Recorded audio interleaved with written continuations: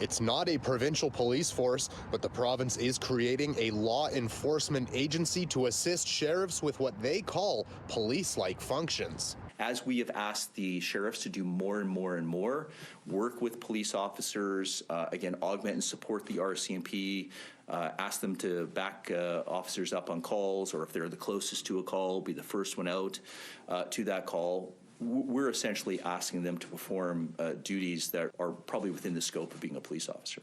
The Alberta government's new bill would see a provincial law enforcement agency created that will be made up of sheriffs and governed by a civilian oversight board. The law enforcement agency would supplement existing police forces governed by the province, the same as sheriffs and peace officers. The idea of creating a provincial police force to replace the RCMP in Alberta was a hot-button issue for many after it was suggested in the Fair Deal panel. While many Albertans voiced their opposition, Minister Ellis says he's heard from around 20 communities and First Nations who he says want options when it comes to policing. The minister says a decision hasn't been made yet on an actual police force to replace the RCMP as the province still gathers feedback, saying Alberta is supporting the RCMP but looking at options. We are going to augment and support the RCMP. That has been our commitment, right?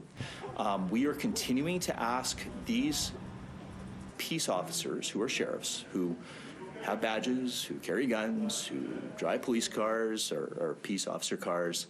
We ask them to perform the duties. Alberta's opposition NDP justice critic firing back late Wednesday, saying in a statement in part, quote, "The Premier said before the election they would not pursue a provincial police force. She said in May during the last campaign she wouldn't bring in a police force. In August of last year, she removed it from the Justice Minister's mandate letter, and yet here we are with legislation creating independent agency police services." Reporting from Edmonton, Darcy Ropchan, City News.